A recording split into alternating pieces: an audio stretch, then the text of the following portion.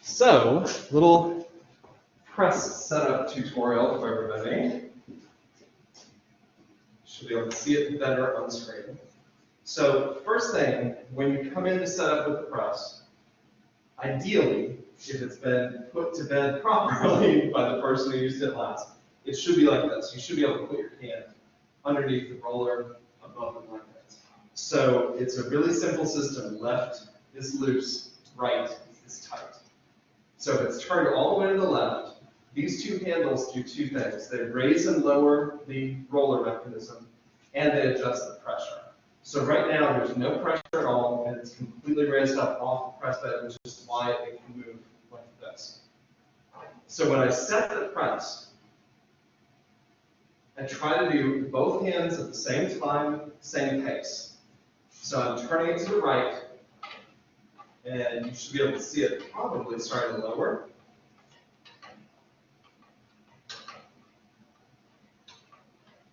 And when I get close to the press bed, when it starts to touch down, I can kind of feel it through the handles. It's just got a slightly bit looser, and now it's much harder to turn. So that tells me up here, without even looking at the gauge, that it's probably about the right height. So there are gauges on both sides. This long one here and here. The long one shows you how high you are off of the press bed. So since we're sitting on top of these two blankets, we should be about 3/16 of an inch from zero. So if you look at this chart right here, 3 little tick marks up. So yours should be like 3 up from 0, which it seems like it is. When you do the pressure, just do one at a time. So I'm going to start with this one. That's the one facing the screen. For your dry points and engravings, you want your pressure at about a level 4 on the pressure guide, which is this one up here. So the height is this one. The pressure guide is the higher up. So here, as I tighten this, it's going to raise that up. We want the top of the plate to be about in line with the number 4. Technically, I can go higher than that. Technically, there is a 5 setting, which is the top of the chart itself. So we don't want to go super high. Let's see how that's going up. There we go. So now everything's pretty much set. We pull the blankets over the top of the roller mechanism. A piece of scrap paper is always a good idea when more than one person's using the press, because your plate is going to have ink on the back of it no matter what you do. So I'm just putting this here as scrap.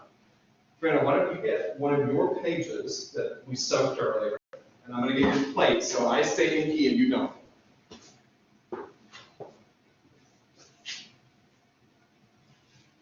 So if I get that on camera. Where's my camera? Ooh, wow, that's kind of cool. So there's the plate. And when I set this on here, it doesn't really matter whether it's right side up or horizontal, whatever, it's fine. What I want to avoid is this. So it's not in there on a crazy angle on a diamond. As long as the short edge or the long edge is pretty much parallel to that, you're fine. Place the paper on top. And you can't really move it around, so if it doesn't go in exactly the right place, it's okay. For now, you can guesstimate.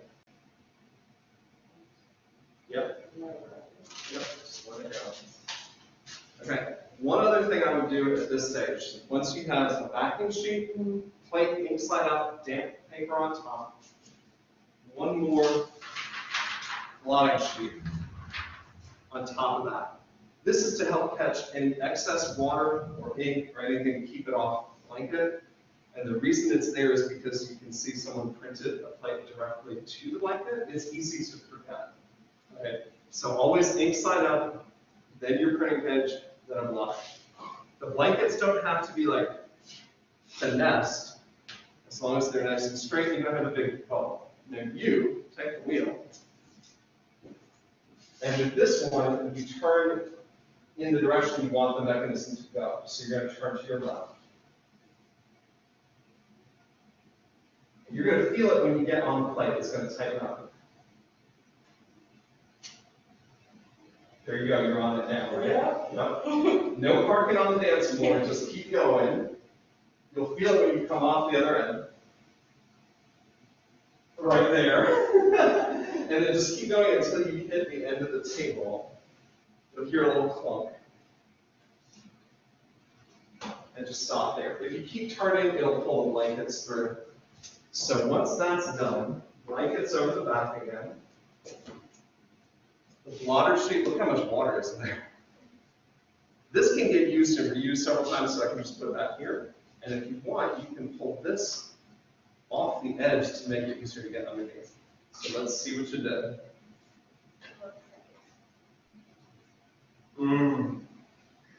Nice. That's gorgeous. It's really good. It's really, really good. So now you can see, if you look really close, that she wiped really carefully outside of the edge of the hair. But you can see some areas where there's some gray that aren't lines that she made. That's your plate tone. So this is what I meant before about how you can control it more like a painting. You have a little plate tone in a lot of her skin tone. Which is nice. I love that. Highlight. It totally looks more like human skin that way. I don't really, personally, I don't see anything to change necessarily. It's your call, though. It's your artwork. So be picky, you know. But if you're happy with it, we could go on and start printing on good paper.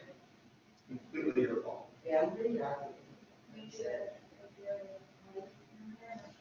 That may be a whitening thing, yeah? Some highlights in there, just because like on the outside, but then like the inside stuff. Mm-hmm.